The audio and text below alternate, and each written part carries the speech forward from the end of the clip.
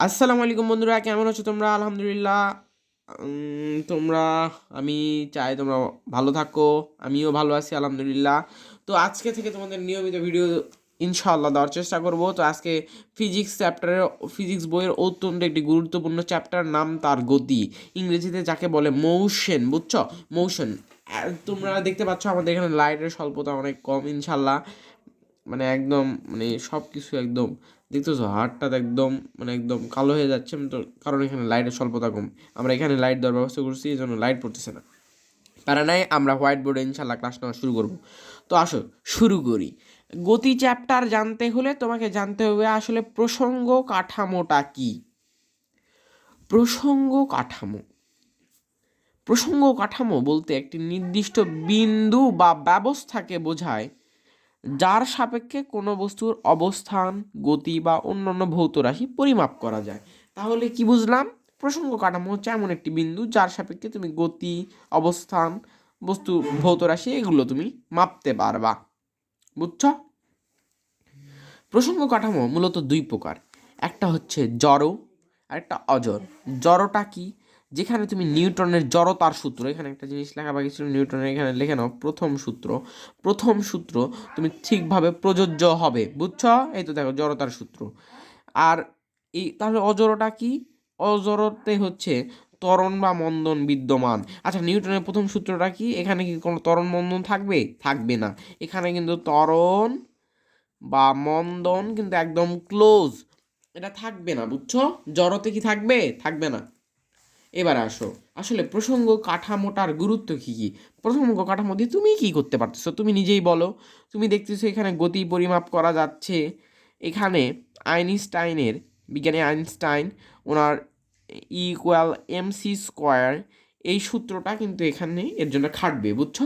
আর এখানে নিউটনের ভৌত সূত্রগুলো প্রয়োগ করা যাচ্ছে। এইবারে আয়, এবারে ভালো মতো বোঝো। এবারে আরেকটা জিনিস আছে। এবার আমরা আসলে গতি, আসলে একটা গতি চ্যাপ্টার, কিন্তু আমরা কিন্তু এখনো গতি শুরুই করিনি। এবার আমরা আসলে গতিটা শুরু করব। গতি কি জিনিস? সময়ের সাথে বস্তুর যদি অবস্থানের পরিবর্তন হয় তাহলে কিন্তু আমরা তাকে বলি গতি। সময়ের সাথে, মনে রাখবা ভাই, এটা কিন্তু একদম মাস্ট, এই কথা তোমাকে লিখতেই হবে, সময়ের সাথে। কারণ আমরা কার সাপেক্ষে বিবেচনা করি? সময়ের সাপেক্ষে। সময়ের সাথে বস্তুর অবস্থানের পরিবর্তন হলে আমরা তাকে বলি গতি। আর স্থিতি কি? সময়ের সাথে বস্তুর অবস্থানের পরিবর্তন হবে না। বুঝছো? এবারে আসো তো, এবার আমরা একটা দুটো নতুন শব্দ দেখি, পরম আপেক্ষিক। আচ্ছা, পরম গতি, তার আগে আমরা আসলে পরম জিনিসটা বুঝি। এটা আমরা অনেক সুন্দর মতো বুঝবো। আসলে বলো তো, আমরা গতি এগুলো মাপি কার সাপেক্ষে? পরিমাপ করি প্রসঙ্গ কাঠামোর সাপেক্ষে। আমরা এই তো কেবলই দেখলাম, দেখছো, এই তো প্রসঙ্গ কাঠামোর সাপেক্ষে আমরা আসলে গতিটা পরিমাপ করি। এই প্রসঙ্গ কাঠামো যদি পরম গতিশীল হয়, প্রসঙ্গ কাঠামো যদি পরম গতিশীল হয়, মানে পরম গতিশীল মানে সে সব সময় চলমান থাকে। বুঝছ? তাহলে আমরা তাকে বলে থাকি পরম গতি। বুঝছ? একদম ক্লিয়ার। আর এই প্রসঙ্গ কাঠামোটাই যদি পরম স্থিতিশীল হয়, যে কখনো নিজের জায়গা থেকে নড়ে চড়ে না, তাহলে আমরা তাকেই বলি আমরা পরম স্থিতি। বুঝছো কি বোঝো নাই? একদম ক্লিয়ার। আর আপেক্ষিক গতি মানে আমরা আসলে যে গতিটাকে দেখি, যে কোনো বস্তুর সাপেক্ষে কোনো বস্তুর যদি অবস্থানে পরিবর্তন হয়, এখানে তাহলে আমরা কি বুঝলাম? অবস্থান পরিবর্তন। এমনি কোনো বস্তুর সাপেক্ষে অবস্থান যদি পরিবর্তন হয়, অবস্থান পরিবর্তন আমরা একটু। আর স্থিতিটা কি? অবস্থানের পরিবর্তন হবে না। অবস্থান পরিবর্তন হবে না। একদম কি ক্লিয়ার? ক্লিয়ার বল, একদম বুঝতে পারছো তো নাকি আমি যা বুঝাচ্ছি? ওকে। এইবারে আমরা এখন প্রত্যেকটা এস কিউ পড়ে নিব। এখন দেখো এস কিউতে এটা মানে আমি একদম 5 স্টার দিয়ে রাখছি, এটা কিন্তু আসবেই। মানে একদম আসার সম্ভাবনা 99%, এটা কিন্তু চলে আসছে। পৃথিবীতে বা মহাবিশ্বের সকল গতি আপেক্ষিক, সকল স্থিতি আপেক্ষিক।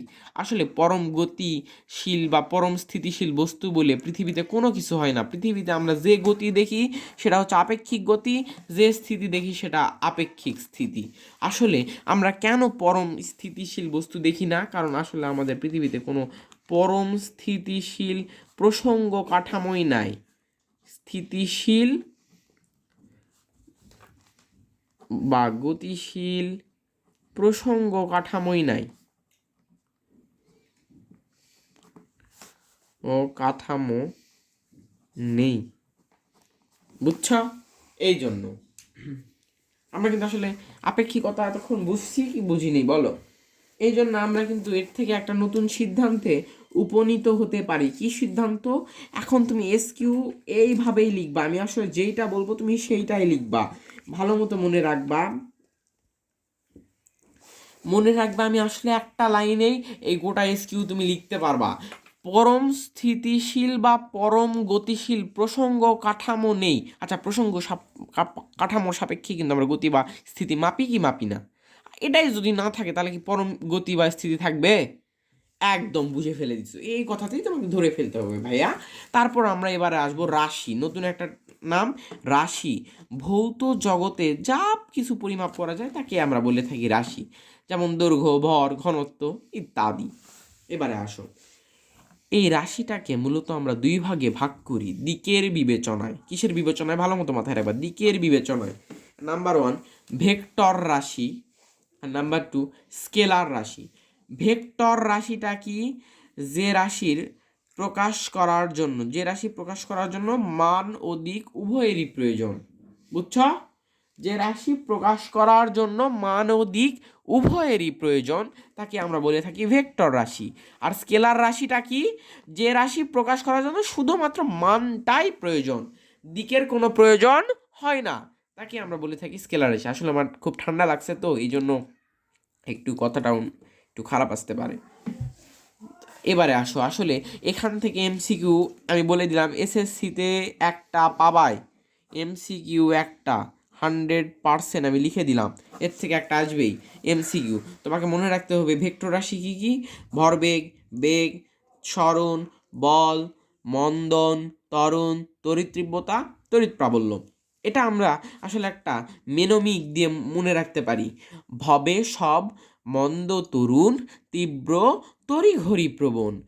এটা দিয়ে তুমি মনে রাখতে পারো, আবার এইভাবেও তুমি দেখে মনে রাখতে পারো, বুঝছ? এবারে আমরা আসি, আসলে স্কেলার রাশি কি কি? স্কেলার রাশি হচ্ছে কাজ। এখন তোমাদের মনে হতে পারে ভাইয়া এই কাজ মানে কি? W=F=S, মানে এটাও কিন্তু দেখো বল, বল বল কিন্তু আমরা কোথায় পড়ছিলাম যেন? আমরা পড়ছিলাম কিন্তু ভেক্টর রাশি। এই সরণটাও কি? এটা কিন্তু ভেক্টর। এই দুটো ভেক্টর হয়ে ভাইয়া এটা আবার স্কেলার হলো কেন? এটা স্কেলার হওয়ার কিছু কারণ আমরা যখন কাজ ক্ষমতা শক্তিতে যাব ইনশাল্লাহ এটা ক্লিয়ার করে দিব। তারপর দেখো এখানে শক্তি, কাজ, শক্তি, দৈর্ঘ্য, ক্ষমতা, তাপমাত্রা, দূরত্ব, দ্রুতি, ভর, সময়, এগুলো হচ্ছে আমাদের স্কেলার রাশি। আর এটা আমরা কি দিয়ে মনে রাখতে পারি? বিকাশের দৈব দৈব ক্ষমতা দুর্দিনে ভাসালো, বুঝছ? কথা কি একদম ক্লিয়ার? ক্লিয়ার? এখন ভেক্টর রাশি সম্পর্কে আমাদের একটু বেশি জানতে হবে ভাইয়া। ভেক্টর রাশি আসলে তুমি কিভাবে প্রকাশ করবা? ভেক্টর রাশি দেখো, কোনো রাশির সংকেতের উপর তীর চিহ্ন দিয়ে তোমার দেখাতে পারো, আবার এটি তুমি যখন কম্পিউটারে লেখা হয় সেটা তখন বোল্ড অক্ষর বা মোটা কালো অক্ষর দিয়েও দেখানো হয়, বুঝছো? আবার এই দুটা চিহ্ন দিয়ে আমরা মডুলাস দিয়েও দেখাতে পারি, বুঝছো? এবার আসো, আসলে আমরা এখানে একটা জিনিস দেখাইছি, দেখো এটা হচ্ছে উত্তর, এটা পশ্চিম, এটা পূর্ব, এটা দক্ষিণ। তাহলে এবার দেখো তো এটা কি বলছি? সরলরেখার যে দৈর্ঘ্য সেটা হচ্ছে রাশিটির মান। এইখানে হচ্ছে সরলরেখার যে দৈর্ঘ্যটা আছে এটুক, এটাই হচ্ছে রাশিটির আসলে মান হয়। আর তীর চিহ্ন দিয়ে আমরা দিক বুঝাই, ভেক্টর কোন দিকে গেছে, এই দিকে গেছে, বুঝতেই তো পারতেছো নাকি? বুঝছ? একদম। এবারে আমরা আসো একটা নতুন জিনিস জেনে নিই। জেনে রাখো ভেক্টর রাশির যোগ বিয়োগ, এটা তোমাদের লাগবে না এসএসসিতে, তবে একটু আমি শিখিয়ে দিই। দুই বা ততোধিক এক জাতীয় ভেক্টর রাশি যোগ করলে একটি নতুন ভেক্টর রাশি পাওয়া যায়। আমি কিন্তু বলছি এখানে যোগ করলে ওইখানে কিন্তু এফ এস তুমি আবার গোলায় ফেলতে পারো, গোলায়ও না, এফ এস এটা কিন্তু গুণ হয়ে আছে, বুঝছো? গুণ মধ্যে কিছু নয়, মানে গুণ আছে, তোমরা তো পড়ছোই, এই জন্য এটা কিন্তু গুণ। আমি বলছি যোগ, দুটো ভেক্টর যোগ করলে নতুন একটা ভেক্টর পাওয়া যাবে। এই নতুন রাশিটিকে দুই বা ততোধিক ভেক্টর রাশির লব্ধি বলা হয়, লব্ধি। আর যে ভেক্টরগুলো যোগ করে লব্ধি পাওয়া যায় তাদের প্রত্যেকটিকে এক একটি উপাংশ বলে। এখন আমরা এই ভেক্টর রাশি যোগফল আমরা সাধারণত যোগ বিয়োগ, আমরা যে বীজগণিতের যোগ বিয়োগ দিয়ে করি, আসলে সেইভাবে এটা হয় না, এটা জ্যামিতিক নিয়মে করতে হয়। এই জন্য এখানে দরকার তোমাদেরকে এমনি জানিয়ে দিচ্ছি, শুধু ত্রিভুজ বিধি, আরেকটি আছে সামান্তরিক বিধি। ত্রিভুজ বিধি কি হয়, ভেক্টরের দিক, দুইটা ভেক্টরের দিক যদি একই হয় তাহলেই অনলি ত্রিভুজ বিধি হয়, আর দুটা ভেক্টরের দিক যদি ভিন্ন হয়, তাহলে তুমি সামান্তরিক বিধি অ্যাপ্লাই করতে পারবা। এবার আসো আরেকটা এসকিউ পড়ায় দিই। এসকিউ, ভেক্টর রাশি ও স্কেলার রাশির মধ্যে পার্থক্য। মান ও দিক উভয়ই দরকার, এখানে শুধু মান দরকার। এখানে যোগ বিয়োগ গুণ ইত্যাদি বীজগণিতের নিয়মে হয় না, এটা দেখো জ্যামিতিক নিয়মে করতে হয়। আর এখানে যোগ বিয়োগ গুণ সব বীজগণিতের নিয়ম অনুসারে হয়ে থাকে, বুঝছো? এইবারে আমরা নতুন একটা বিষয় নিয়ে কথা বলবো, যার নাম দূরত্ব ও সরণ। ভাই আল্লাহর রস্তে এটা একটু মানে 100 বেসিকটা ঠিক করে নাও, এটা কিন্তু অনেক কেউই জানে না। দূরত্বর ইংরেজি হচ্ছে ডিস্ট্যান্স, আর সরণের ইংরেজি হচ্ছে ডিসপ্লেসমেন্ট, বুঝছ? তো এখন আসো, আসলে দূরত্বটা কি। এখন ধরো আমি একটা গল্প বলি, তুমি আল্লাহর রাস্তে গল্পটা শোনো। এখন ধরো একটা ছেলের নাম অরিক, সে তার বাসা থেকে এই দিক দিয়ে স্কুল, ওর মা বলতিছে যে বাবা তুমি একটু আলু কিনে নিয়ে এসো তো, যাও। ও এখন এই দিক দিয়ে এদিক দিয়ে এদিক দিয়ে এদিক দিয়ে এদিক দিয়ে এদিক দিয়ে এদিক দিয়ে এদিক দিয়ে সে গেছে হচ্ছে আলু কিনতে। ধরো এটা হচ্ছে আলু স্টোর, আলু স্টোর, আর এর নাম হচ্ছে অরিক। এখন এর মা, ধরো এটা হচ্ছে ওনার মা, ধরো কিন্তু এটা হচ্ছে, ধরো আমি কিন্তু আঁকাতে ভালো পারি না, ধরো হচ্ছে ওর মা। এখন এ অনেকক্ষণ ধরে আসতেছে না, তখন বাসায়, তখন এর মা আরেকজনকে বলল, বাবা একটু অরিককে খুঁজে নিয়ে এসো তো। তখন সে ওই ওই ছেলেটার নাম আবার ধরো সাদিক, সে এখন বের হয়েছে খুঁজতে। তখন খুঁজতে খুঁজতে খুঁজতে খুঁজতে এখন খোঁজার মধ্যে এই পথে চলে আসে। তখন হুট করে ওর মনে হলো, আচ্ছা এই অরিক কোথায় গেল। তখন ওর মাকে কল দিছে, বলতেছে আসসালামু আলাইকুম আন্টি, অরিক আপনি বললেন যে অরিক কোথায় গেছে, আমি তো খুঁজে শুনতেই ভুলে গেছি। তখন বলতেছে যে বাবা ওই 100 মিটার দূরে গেছে, আলু স্টোর, দোকানের নাম আলু স্টোর, 100 মিটার দূরে। বলছে আন্টি এটা কোন দিকে আছে। এখন ভালো মতো শোনো, ওনার মা মানে বলছে 100 মিটার দূরে। আচ্ছা 100 মিটার কয় দিকে যাওয়া যায়, আমরা প্রথমত ধরলাম 4 দিকে। এটা হচ্ছে কি কি, পশ্চিম, পূর্ব, উত্তর, দক্ষিণ, এই 4 দিক যাওয়া যাবে, তাই না? এটা কিন্তু একটা খুব বিগার হয়ে যাবে তখন, এর জন্য কিন্তু 4 দিকে খালি ঘুরবে, কোনো কাজ করতে পারবে না। তো কিন্তু তখন হুট করে ওর মা বলল, বাবা ওই আসলে গেছে পূর্ব দিকে। তখন এই সোজাসুজি এই বি পয়েন্টে আসার পর সোজাসুজি এই রাস্তা দিয়ে 100 মিটার দূরে চলে গেল, মানে এর মোট মিলে 100 মিটার গেল। তাহলে এখন বলো তো কোনটা আমাদের জন্য স্মরণ হলো, মানে কোনটা আমাদের জন্য সহজ হলো? তোমার মনে এখন তুমি বলবা অবশ্যই যে ওর মা বলছে যে 100 মিটার পূর্ব দিকে, ওইটাই, তাই না? দিক উল্লেখ করছে। এবার আসো, এবার আমি তোমাকে এটা পড়ায় দিই। মোট যে অতিক্রান্ত পথ, আচ্ছা ভাই তুমি এই আলু স্টোরে কোন দিক দিয়ে যেতে পারবা সেটা আগে বলো। এই দিকে দিকে দিকে দিক দিয়ে দিক দিয়ে দিক দিয়ে দিক দিয়ে দিক দিয়ে দিক দিয়ে তুমি যেতে পারবা, এইটাই আমি বলছি। মোট অতিক্রান্ত পথই হচ্ছে দূরত্ব, বুঝছো? মোট অতিক্রান্ত পথ, তুমি যে দিক দিয়ে যাও ভাই, তুমি কিন্তু 100 মানে এই আলু স্টোরেই পৌঁছাবা, মানে মোট অতিক্রান্ত পথ। এর একক হচ্ছে মিটার। আর সরণটা কি, একটি নির্দিষ্ট দিকে, ওর মা কিন্তু মানে ক্লিয়ার করলো যে বাবা পূর্ব দিকে, তাই একটি নির্দিষ্ট দিকে অতিক্রান্ত দূরত্বই হচ্ছে সরণ। আমরা এটাকে আরো মানে সহজ ভাষায় বলতে পারি, কোনো একটি মানে আদি অবস্থান ও শেষ অবস্থানের মধ্যবর্তী সরলরেখার যে দূরত্ব, সরলরেখায় যে দূরত্ব হয় তাকে আমরা বলে থাকি সরণ। সরণের একক কি, মিটার। আর মাত্রা কি, এই তো দেখো এল, থার্ড ব্র্যাকেট দিয়ে লিখতে হবে, বুঝছো? এটা কি একদম ক্লিয়ার? এই যে দেখো আমরা কিন্তু একটা এসকিউ এখানেও দাগিয়ে দিছি, যে গতিশীল বস্তুর অতিক্রান্ত দূরত্ব ও সরণ ভিন্ন হবার কারণ আমি কিন্তু ব্যাখ্যা করে দিছি ভাই। তুমি এদিক দিয়ে গেলে কি 100 মিটারের বেশি লাগবে কি লাগবে না বলো? লাগবে কি লাগবে না? আর তুমি যদি এখান থেকে বি থেকে সোজাসুজি যাও তাহলে কি কম লাগবে কি লাগবে না? এটাই তোমরা লিখে দিবা। এবার আসলে গাণিতিক প্রকাশ আমরা একেবারে একটু সরণের গাণিতিক প্রকাশটা দেখে নিই। সরণ মানে শেষ অবস্থান মাইনাস আদি অবস্থান, তাহলে আমরা সরণ পেয়ে যাব। বুঝছো? এবারে আমরা নতুন একটা জায়গায় যাব যার নাম বিভিন্ন প্রকারের আমরা গতিতে যাব। বিভিন্ন প্রকারের গতি। প্রথমে আমরা দেখতে পাচ্ছি এখানে রয়েছে সরল রৈখিক গতি।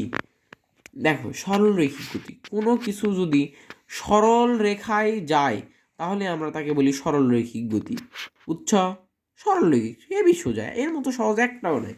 সোজা দিকে যাই যাবে তাকে আমরা বলবো সরল রৈখিক গতি। এবার আসো ঘূর্ণন। নাম দেখে শুনে আমরা বুঝতে পারতেছি এটা ঘুরবে। কোনো কিছু যদি একটা নির্দিষ্ট বিন্দুর সমদূরত্বে থেকে ঘুরতে থাকে, ধর একটা নির্দিষ্ট বিন্দু, এর সমদূরত্ব মানে এর মধ্যবর্তী সব দূরত্বগুলো সেম হবে, যেভাবে ও ঘুরুক না কেন এর মধ্যবর্তী দূরত্বটা সবসময় একই থাকবে। বুঝছ? তাকে আমরা বলি ঘূর্ণন গতি। যেমন পাখার গতি, আকাশের চাঁদ ইত্যাদি। এইবারে আসো, আমরা নতুন একটা গতি দেখতে যাচ্ছি যার নাম চলন গতি। তাহলে এটা কাকে বলবে? চলন থেকে বোঝা চলবে, কিন্তু কেমন কিভাবে চলবে? কোনো কিছু এমনভাবে চলবে চলবে যেন বস্তুর সকল কোণা একই সময়ে একই দিকে যেতে থাকবে। বুঝছো?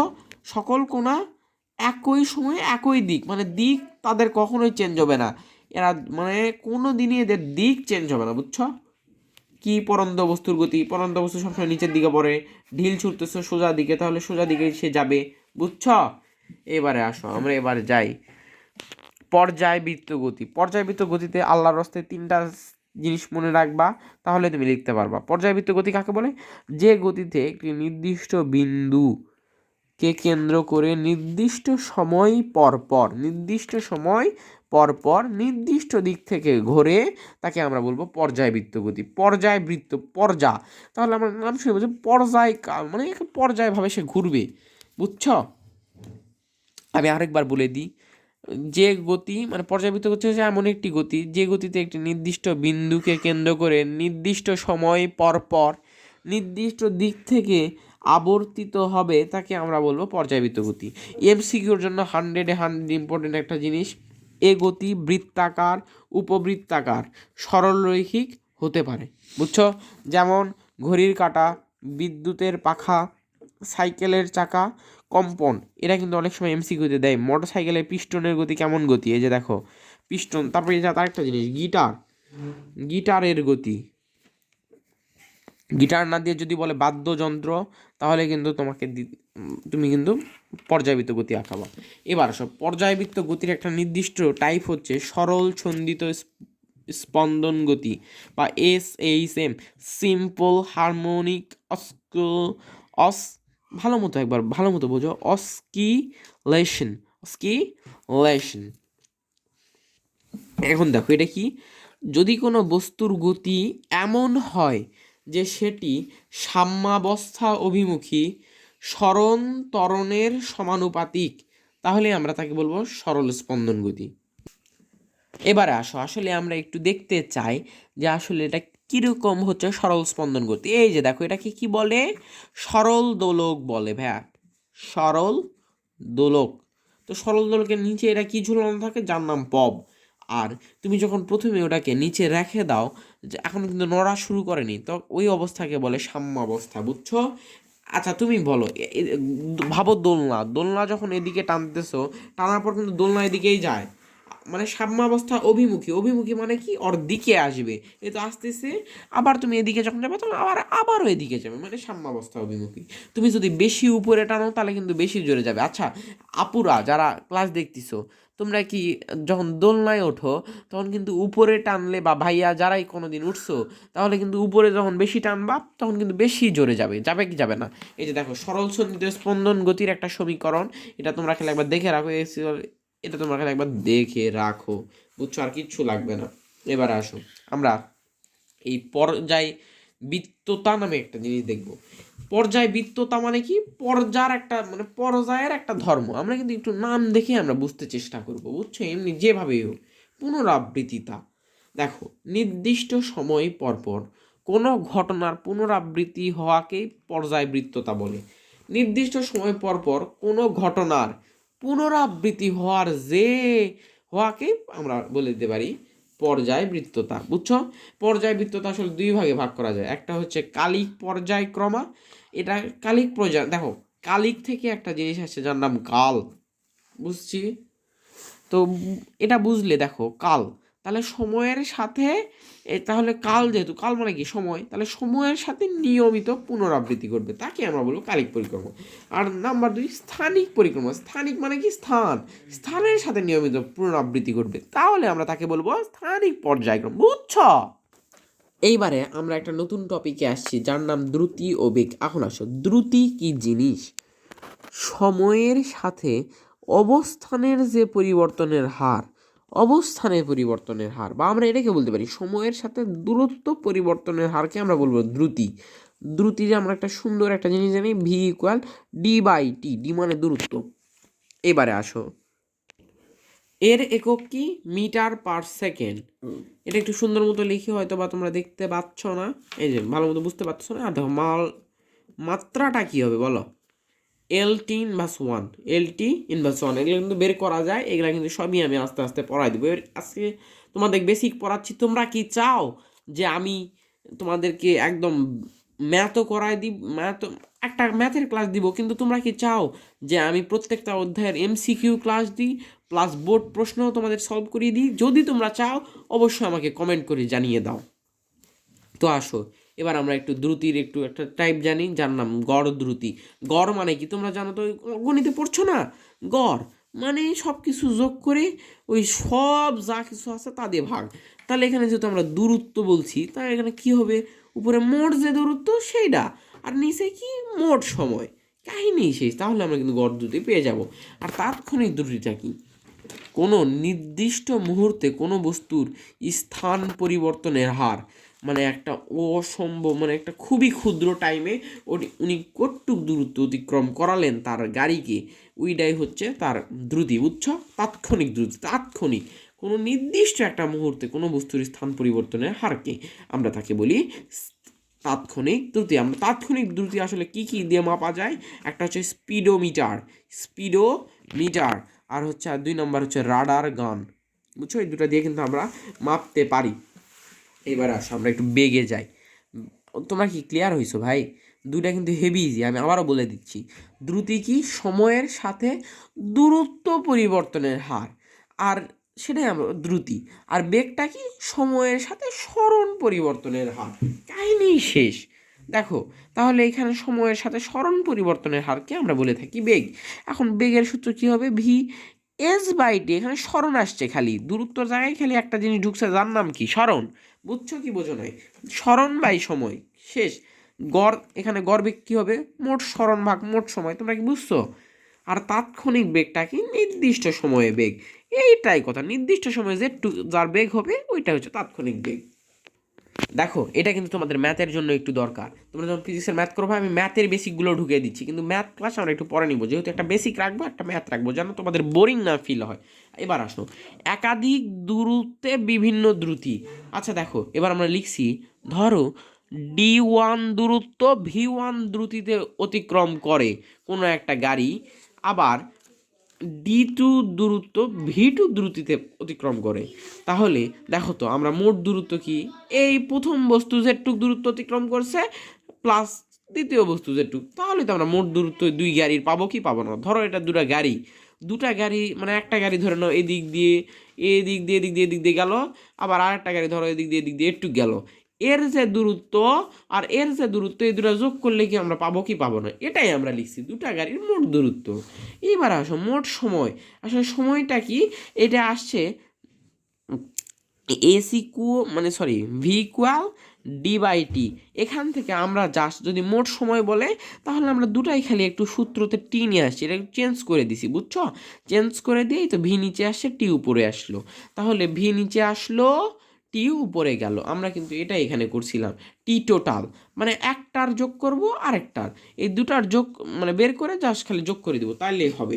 এখন আসো আমরা গড় দ্রুতিতে একটু যাই। গড় দ্রুতি মানে কি, ডি টোটাল ভাগ টি টোটাল, মানে ডি মানে কি দূরত্ব যতখানি হবে তাকে আমরা মোটে সময় দিয়ে আমরা ভাগ করে দিব, তাইলেই হয়ে যাবে।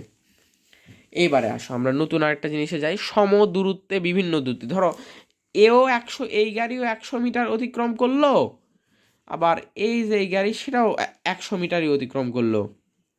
তাহলে বলো তো আমরা এখন মোট যে দূরত্ব, এর তো দূরত্ব একই হয়ে গেছে, তাহলে দুটা যেহেতু তাই আমরা 2D মানে 2 × 100, তাহলে কি আমরা 200 পাচ্ছি কি পাচ্ছি না, বুঝছো? আর এখানে মোট কতটুকু সময় লাগবে, ডি যেহেতু সেম, কিন্তু এর কি মানে দ্রুতি কি সেম, ভিন্ন, তাই আমরা খালি দ্রুতি দিয়ে দুটাকে ভাগ করে দিয়ে ওই একই যেই কার সেই, প্রথম যে দূরত্বকে আমরা প্রথম দ্রুতি দিয়ে ভাগ করছি, প্লাস ওই ওই ডিকে আমরা দ্বিতীয় দূরত্ব দিয়ে ভাগ করে যোগ করে দিয়েছি, শেষ। এবার গড় দ্রুতিটা কি, গড় দ্রুতি হচ্ছে 2D, মানে মোট যে দূরত্ব অতিক্রম করবে ভাগ মোট সময়, এটাকে কি বলছি, মোট দূরত্ব ভাগ মোট সময়। তো মোট দূরত্ব এইটা, আর এইটা হচ্ছে কি মোট সময়। একদম ক্লিয়ার কি না বলো? আর এটা কি, এস অ্যাভারেজ, এস মানে কি স্মরণ, আমরা পড়ছি কি পড়িনি বলো? স্মরণ মানে গড় স্মরণ কতটুকু হয়েছে, 2 গুণ, দেখো দুটা, এটা একটু মনে রাখবা, 2 গুণ দুইটা হচ্ছে কি বলে, দুইটার দ্রুতি, দুটির দ্রুতি ভাগ দুটি দ্রুতির যোগফল। এটা কি তুমি বুঝে ফেলছো নাকি? এবার বলো তো ভাইয়া, একদম ক্লিয়ার? আমরা মোট দ্রুতিকে আমরা জাস্ট যোগফল দিয়ে ভাগ করেছি, শেষ, কাহিনী শেষ, ফিল করছি। এইবারে আসো আমরা নতুন বেগ থেকেও আমরা একটা জিনিস জানতে চাই, সমবেগ আর অসম। সম মানে তোমরা বুঝতে পারতেছো সমান, আর অসম মানে হচ্ছে অসমান। এখন গতি পরিবর্তন করে না, আমি আগে কি লিখছি সেটাই দেখো, গতি পরিবর্তন করে না। আচ্ছা তোমরাই বলো, যদি বেগ সমান থাকে তাহলে কি তার গতি কোনোদিন পরিবর্তন হবে? সে 5 করে যেতে থাকলে, 5 মিটার/সেকেন্ড করে যেতে থাকলে সে 5 মিটার/সেকেন্ড করে যেতে থাকবে, তাইলেই তো সমান হবে, নাকি 6 করে যেতে থাকলে সমান হবে? 5 করে যেতে থাকতে হবে, এইটাই হচ্ছে সমান। সমবেগ মানে সমান বেগে গাড়ি যাবে। এর একটা সুন্দর সূত্র হচ্ছে S=VT, এটা আমরা ম্যাথে অনেক গুরুত্বপূর্ণ, বুঝছো? আর অসমবেগ মানে যে গাড়ির সাথে বেগের পরিবর্তন হবে, যে মানে সময়ের সাথে বেগের পরিবর্তন, একবার 5, একবার 6, একবার 10, একবার 50, এইভাবে চলবে। এবার আসো আমরা একটু ত্বরণ বা মন্দন নিয়ে কথা বলবো। ত্বরণ বা মন্দন, ত্বরণ বা মন্দনে আমরা আসলে কি দেখতে পাচ্ছি? ত্বরণ বা মন্দন, ত্বরণ কি? ত্বরণ হচ্ছে একটি বস্তু তার বেগ পরিবর্তন করার হার, এত কিছু, এটা তোমরা যদি জানতে চাও এত কিছু তোমরা লেখার প্রয়োজন নেই, তোমার কাজ একটাই লিখে দিবা, ত্বরণ কি সময়ের সাথে মানে বেগ বৃদ্ধির হার, বৃদ্ধির হার সময়ের সাথে, কার সাথে? এটা কিন্তু মাস ভাই, আমি কিন্তু বলেই দিছি, এটা লিখতে হবে। সময়ের সাথে বস্তুর বেগ বৃদ্ধির হারকে আমরা বলি ত্বরণ। এই ত্বরণ আমরা কিন্তু অবশ্যই জানি, এটা ভেক্টর রাশি, আমরা কিন্তু দেখিয়ে আসলাম। আর এটা একটা সুন্দর সূত্র আছে, A=, এটা আমরা এরকম করে লিখতে পারি, এভাবে আমরা লিখে অভ্যস্ত, V-U/T, V-U, ভি মানে হচ্ছে শেষ বেগ, ইউ মানে হচ্ছে আদি বেগ, কিন্তু সব আমরা লিখছি এখানে, শুরুর বেগ লিখছি, এটাকে আমরা আদি বেগও বলে থাকি। আর টি মানে হচ্ছে সময়। তাহলে এখানে আসলে আসল কথাটা কি দাঁড়ালো, এখানে আমরা বেগের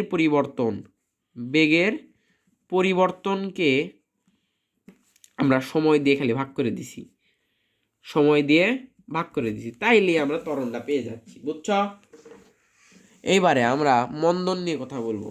সময়ের সাথে বেগ হ্রাসের হারকে আমরা বলে থাকি মন্দন, সময়ের সাথে বেগ হ্রাসের হার। এবারে আসো, এর একক কি, মিটার/সেকেন্ড স্কোয়ার, এর মাত্রাটা কি, L/T−2, এগুলো কিন্তু বের করে আমি শিখাবো, প্যারা নিও না। ত্বরণ কি, ত্বরণ আবার দুইভাবে হয়, একটা সুষম আর একটা অসম।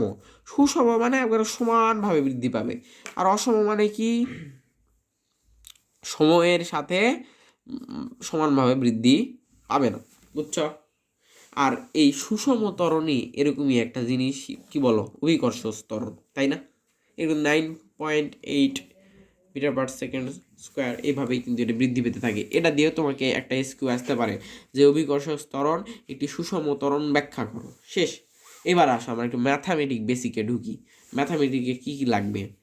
বস্তু যদি স্থির অবস্থা, বলো স্থির অবস্থা থাকলে ওর কি কোনো বেগ থাকে? ওই দাঁড়িয়ে থাকে, যখন তোমার বাস দাঁড়িয়ে থাকে তখন কি ওর কোনো বেগ থাকে? থাকে না। এই জন্য আদি বেগ তার জিরো। বুঝছো কি বুঝো না? আচ্ছা, বস্তু যখন ব্রেক করে দাঁড়ায় যায়, ধরো এটা বাস, এই বাস এই জায়গাতে সেই স্টপ হয়ে গেছে, তাহলে তুমি বলো এর কি কোনো বেগ আর থাকলো? তার শেষ বেগ থাকলো? থাকলো না, মানে ভি জিরো। আর ব্রেক করলে, আচ্ছা ব্রেক যখন করে তখন বলো তো ত্বরণ কি আস্তে আস্তে কমে না? ব্রেক বৃদ্ধির হার হচ্ছে ত্বরণ।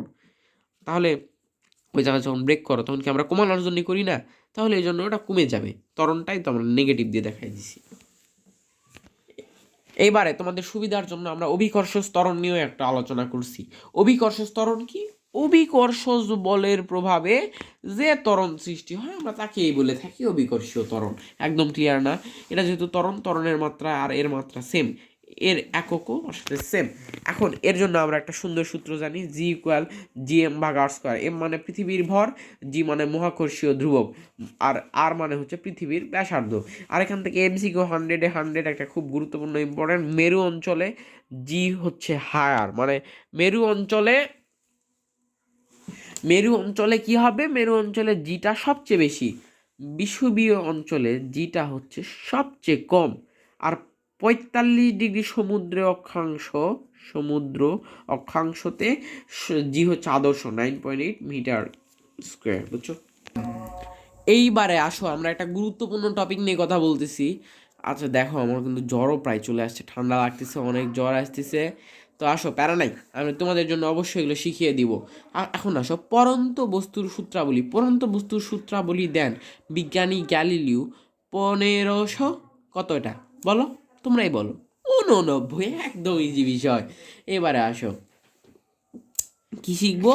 পরন্ত বস্তুর প্রথম সূত্রটা কি? স্থির অবস্থা ও একই উচ্চতা থেকে বিনা বাধায়, ভাই তোমাকে একদম ক্লিয়ার করে দিই, এতদিন বহুত প্যারালিসো। ধরো এখন দুটো বস্তু স্থির আছে, স্থির অবস্থা ও একই উচ্চতা, দুটি যদি একই জায়গাতেই থাকে, ওইখান থেকে যদি ফেলো, তারপর আবার বলছে কি দেখো, বিনা বাধায়, ওখানে কোনো বাধা থাকা যাবে না, আমাদের যেমন বাতাসের বাধা, সব বাধা, কোনো বাধা থাকা যাবে না। পরন্ত বস্তু সমান সময়ে সমান দূরত্ব অতিক্রম করে, মানে ওই একসাথেই পড়বে। সেটা তুমি 10 কেজি ওজনের লোহা ফেলাও আর 10 কেজি ওজনের তুলা ফেলাও, একসাথেই পড়বে। কারণ কি বলো তো? পৃথিবীতে ওই অভিকর্ষ বল একই বলেই টানে, এইটাই হচ্ছে কথা। তাহলে এটাকে আমরা একটু সুন্দর ভাষায় বলি, স্থির অবস্থা ও একই উচ্চতা থেকে বিনা বাধায় পরন্ত সকল বস্তু সমান সময় সমান দূরত্ব অতিক্রম করে। এটা তোমরা খালি, আমি তোমাকে যা বললাম সেটা খালি একটু মাথায় রাখবা, তাহলেই হয়ে যাবে। এবার আসো দ্বিতীয় সূত্রটা কি? স্থির অবস্থা থেকে বিনা বাধায় পরন্ত বস্তুর নির্দিষ্ট সময়ে প্রাপ্ত বেগ। এই যে পরন্ত বস্তুটার নির্দিষ্ট সময়ে যে প্রাপ্ত বেগটা হবে, মানে বেগটা যা হবে ওটা হচ্ছে সময়ের সমানুপাতিক, ওই সময়ের সমানুপাতিক। ভালো মতো তোমাকে একটু ক্লিয়ার করে দিই, ওই যে বস্তুটা পড়বে, ও যে বেগে পড়বে, ওই বেগটা হবে নির্দিষ্ট সময়ের সমানুপাতিক। মানে ওটা যদি মানে T1 হয় তাহলে এটা বেগ হবে V1, এইভাবে চলবে। ওটা যদি T2 হয় এটা হবে V2, এইভাবে চলবে। বুঝছো? বা 2V বা ভি, এইভাবেই চলবে আসলে। বুঝছো? মানে একদম সমানুপাতিক। এইবারে আসো, আমরা আসলে এবার তৃতীয় সূত্রতে যাই। স্থির অবস্থা থেকে বিনা বাধায় পরন্ত বস্তু নির্দিষ্ট সময়ে, আসলে যে ওই বস্তুটা দূরত্ব অতিক্রম করবে তা ওই সময়ের বর্গের ব্যস্তানুপাতিক। ভুলেও দুইটাকে এক করো না, ওখানে কিন্তু ছিল প্রাপ্ত বেগ, বেগ যতখানি হবে ওই বেগটা হবে সময়ের সমানুপাতিক। আর এইখানে তৃতীয় সূত্রটা কি? এখানে হচ্ছে এইচ মানে কি? উচ্চতা। আমরা এই সূত্র থেকে পড়তে পারি, উচ্চতা হচ্ছে সময়ের বর্গের সমানুপাতিক। বুঝছো? এইবারে আসো, আমরা আসলে ম্যাথ কি দিয়ে করব? এই জিনিসপাতি দিয়ে ম্যাথ করব। কি জিনিসপাতি? এই জিনিসপাতি। এই জিনিসপাতির আসলে গতির সমীকরণ প্রতিপাদন। এবার আসো, গতির প্রথম সূত্রটা কি আমরা জানি না। ওই ত্বরণের সূত্রটা কি ছিল, V minus you by T. এইটি এর সাথে গুণ হয়ে গেছে এটি ইকুয়াল, মানে ভি মাইনাস ইউ এবারে থাকলো, এখান থেকে আমরা জাস্ট ভি ইকুয়াল এই ইউটাকে আমরা মাইনাস ছিল এপারে নিয়ে এসে প্লাস করে দিছি, তাই ইউ প্লাস এটি হয়ে গেছে। বুঝছো? শেষ। এটা হচ্ছে সূত্র। আমি যেগুলো বক্স করে দিছি মনে রাখবা, সেগুলো হচ্ছে সূত্র। এবার আসো সেকেন্ড ল। শুরুর যা বেগ তাকে আমরা কিন্তু ইউ, এটা কিন্তু পড়াইছি। শেষ বেগকে ভি বলি। সময়কে ধরলাম এই এ কণা ইউ আদি বেগ নিয়ে শেষ বেগ ভি হয়েছে, আর তার সময় লাগছে টি সময়, দূরত্ব অতিক্রম করছে ডি সময়। তাহলে এর সূত্রটা কি হবে? কি সূত্র হবে বলো? আমরা কিন্তু একটা জিনিস কিন্তু কেবলই পড়লাম, v equal you plus v by two. এটা কিন্তু আমরা পড়ছি কি পড়িনি? We know the s equal v t, এই তো সমবেগের সূত্র। আমরা জাস্ট ভি এর মান খালি এখানে বসায় দিছি, বসায় দিয়ে আমরা পেয়ে গেছি S equal you plus V ভাগ টু ইন্টু টি। বুঝছো? এখন দেখো, আমরা আসলে এটাকে একটু পরিচয় সবগুলো করিয়ে দেওয়া উচিত। এ মানে আমরা ত্বরণ, ইউ মানে আদিবেগ, ভি মানে শেষ বেগ, এস মানে দূরত্ব, আর হচ্ছে টি মানে সময়। এবারে আসো, আমরা আসলে দেখতে চাই আসলে থার্ড লটা কি। থার্ড ল হচ্ছে, আমরা এখনই একটু পরে আসলাম না, s equal you plus v divided by two into t. এটাকে আমরা ধরলাম 1 নাম্বার সমীকরণ। আর v equal you plus a t, এটাকে ধরলাম 2 নাম্বার সমীকরণ। ভাইয়া, এই 3য় নাম্বার সূত্রে আমরা জাস্ট এই ভি এর যে মান, এই ভি এর মানকে আমরা এখানে খালি বসায় দিছি। তারপর আমরা জাস্ট খালি ক্যালকুলেশন করে পেয়ে গেছি S equal u t plus half a t square. বুঝছো? এবার আমরা আসি চতুর্থ সূত্র। আমরা কি জানি? S equal you plus v divide by two into t. এটা হচ্ছে প্রথম সমীকরণ আমরা দিছি। তারপর আমরা টি ইকুয়াল আমরা কিন্তু লিখতে পারি T equal V minus you ভাগ এ। জাস্ট আমরা খালি 2 নম্বর সমীকরণে টি এর মানে এখানে বসায় দিয়ে পেয়ে গেছি V square equal U square plus two A S. এখন আসো ভাইয়া, তোমাদের একটা ম্যাথ করতে অনেক গুরুত্বপূর্ণ হবে। এততম সেকেন্ড, এততম সময়ে অতিক্রান্ত দূরত্ব কত? এইখানে ধরো এটার একটা মূল সূত্র আমরা এতখানি প্রমাণ করছি। প্রমাণটা কি? ধরো এই বস্তুটা কি করছে জানো? সে 2 সেকেন্ডে এই S1 দূরত্ব অতিক্রম করছে। আবার 3 সেকেন্ডের বেলায় সে চলে আসছে S2 দূরত্বে। এখন তোমাকে প্রশ্ন যদি করে, ভাইয়া এর এই মানে এইটুকে যেই, মানে কি বলবো এটাকে, এততম মানে 3তম সেকেন্ডে এ কতটুকু দূরত্ব অতিক্রম করছে, যদি এরকম তম সেকেন্ড আসে ভাইয়া, তাহলে আমরা প্রথমটা কি লিখতে পারি? UT plus half t square. আর এরপর আমরা এটা লিখলাম। লেখার পর আমাদের আসল সূত্রটাই হচ্ছে এটা, এস টিএইচ তম second U plus half A two T minus one. এটা হচ্ছে আমাদের সূত্র। এখন আসো ভাইয়া, এমসিকিউর জন্য মাস্ট ইম্পর্টেন্ট, মাস্ট। এই যে দেখো, যখন আমরা কিন্তু একটা শর্ত দিছি, কি শর্ত? যখন আদিবেগ হবে 0, এ হবে ধ্রুব, এ মানে কি ত্বরণ। ত্বরণটা আমরা রেখে একটা কনস্ট্যান্ট ধরছি ভাইয়া। কনস্ট্যান্ট ধরলে কি হবে? এস সমানুপাতিক টি স্কোয়ার। এখন তোমরাই বাংলায় বলো তো, এস সমানুপাতিক টি স্কোয়ার মানে আমরা কি বলতে পারি? সরণ সময়ের বর্গের সমানুপাতিক। আমরা এটা কোত্থেকে পাইছি? এই সূত্র। এখানে খালি তুমি এটাকে সমানুপাতিক ধরো, আর খালি ইউর জায়গায় 0 বসায় দাও, তাইলে কাজ হয়ে গেছে ভাই। আর এরপর আসো ভি সমানুপাতিক টি। ভি মানে কি? বেগ। বেগ হচ্ছে কার সমানুপাতিক? সময়ের সমানুপাতিক। এটা আমরা এই সূত্র থেকে পেয়েছি। আর যখন আমরা এই সূত্রটা এখন কোত্থেকে পেলাম? ভি সমানুপাতিক রুট ওভার এস। এখন বলো, এস মানে কি? সরণ। বেগ হচ্ছে কার সমানুপাতিক? সরণের বর্গমূলের সমানুপাতিক। বুঝছো কি বোঝো নাই? এবার আসো, আমরা আসলে পরন্ত বস্তু সম্পর্কে আমরা একটু জানতে চাই। পরন্ত বস্তুর আবার সমীকরণ কি? ভাই তোমরা কেবলই জেনে আসছো কি আসো নাই বলো তো? এই সূত্রটা ভি ইকুয়াল ইউ প্লাস এটি, এগুলো তো জানে আসছো নাকি? এই সূত্রগুলো তো জানে আসছো। এবার আমরা খালি এই সূত্রকে একটু সুন্দর মতো একটুখানি কি করব জানো? আমরা খালি, আচ্ছা পরন্ত বস্তু বলো তো পরে কোন বলের জন্য, নিচে পড়ে কোন বলের জন্য? তোমরাই বলো। অভিকর্ষ বল। তাহলে আর এই অভিকর্ষ বলের প্রভাবে কোন ত্বরণের সৃষ্টি হয়? অভিকর্ষ ত্বরণ। তাই এখানকার ত্বরণটা তখন আর এ থাকবে না ভাইয়া, তখন এই পরন্ত বস্তুর ক্ষেত্রে হয়ে যাবে জি ত্বরণ। আর ভাইয়া দেখো তো, সরণ মানে সোজাসুজি দূরত্ব। আচ্ছা ভাই, তুমি কি সোজাসুজি আসতেছে? এটা আমরা একটু সুন্দর, এটাও সোজাসুজি কিন্তু একটু সুন্দর মতো আমরা বলি, যেটা একটু উঁচুর থেকে আসতেছে, এই জন্য আমরা কি এস না বলে বলবো এইস, মানে উচ্চতা। বুঝছো? ভাই ক্যামেরা স্ট্যান্ডে একটু বিরক্ত করতেছে, ঠিক মতো ধরিস। আচ্ছা, তারপর আসো এস হচ্ছে এইসের সমান। তারপর কি হবে ভাইয়া, এখন তোমরাই বলো। যখন তুমি এবার আমার কথাগুলো একটু ফিল করার ট্রাই করো বস। তুমি নিচে থেকে, আচ্ছা তার আগে আমরা কেস ওয়ান যেহেতু লিখছি, এখান থেকে আমরা আসলে শুরু করি।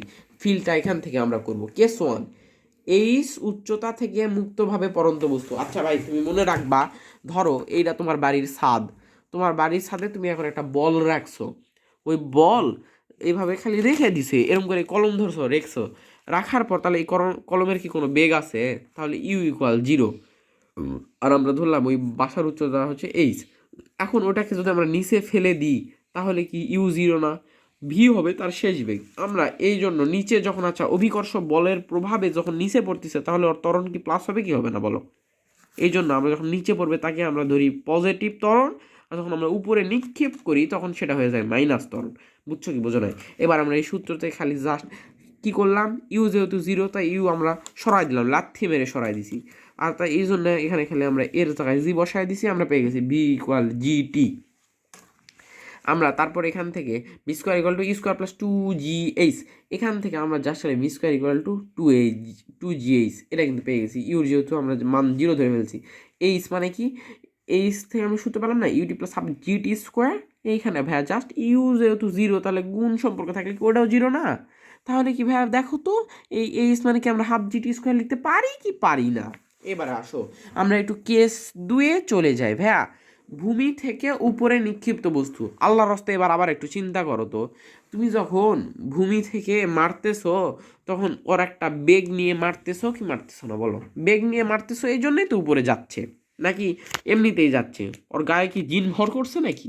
জিন তো আর ভর করে নেই, এমনিতেই চলে যাচ্ছে। ওকে তুমি একটা বল দিয়েছো বা একটা বেগ দিয়েছো, এই জন্য সে যাচ্ছে। এবারে ধরো এটাকে তুমি এখন ভূমি থেকে মাল্লা উপরে, একটা ইউ বেগ আছে কি নাই বলো তো? কিন্তু এ কি অভিকর্ষ বলের বিপরীতে কাজ করতেছে কি করতেছে না? অভিকর্ষ বল সবসময় কেন্দ্রের দিকে টানবে, এটা কিন্তু তুমি উপরের দিক পাঠাচ্ছ, কেন্দ্রের বাইরে পাঠাই দিচ্ছ। তাহলে কি এই জায়গায় বলো তো, এই মধ্যে খালি যেখানে তো যা তোমরা প্লাস দিছিলা সেখানে আল্লাহর রাস্তায় খালি মাইনাস দিয়ে দাও ভাই, কারণ তোমাকে ত্বরণ নেগেটিভ করতে হবে। আমরা খালি এই সূত্রটা দেখাই দিচ্ছি, মধ্যে খালি তুমি নেগেটিভ করবে, যেখানে প্লাস থাকবে সেখানে তুমি খালি আল্লাহর রাস্তায় নেগেটিভ করে দাও ভাই। দেখো s equal u t plus half t square half GT square, এখানে খালি s equal u t minus half GT square দিয়ে করে দিছি ভাই। আর এখানে v square equal to you square plus 2gh, এখানকার v square equal to you square minus 2gh। কাজ হয়ে গেছে ভাই। এবার আসো তো আমরা একটু, আচ্ছা তুমি এবার আরেকটা জিনিস ফিল করো, তুমি যখন বল মারলা, ওই বল কি আকাশে যে কি ডানা মেলে কি উড়বে? উড়বে না, ও একবার অভিকর্ষ বলের প্রভাবে নিচে নামবে। ঠিক বলছি না ভুল? আর এই যে এই ওঠা প্লাস নামা, একে আমরা একটা নির্দিষ্ট নামে ডাকি বস। কি নাম? তাকে আমরা বলে থাকি বিচরণ কাল। আচ্ছা ভাই একটু বানানটা ভুল হচ্ছে, বিচরণ কাল।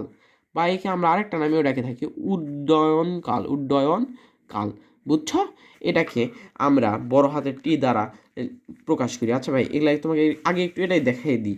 আমরা এখানে এইচ মানে ধরছি উচ্চতা, জি মানে অভিকর্ষীয় ত্বরণ, ইউ মানে আদিবেগ, ভি মানে শেষ বেগ, টি মানে কি সময়, আর টি মানে কি এই বড় টি ভাই, এটা কিন্তু বড় টি, ক্যাপিটাল টি।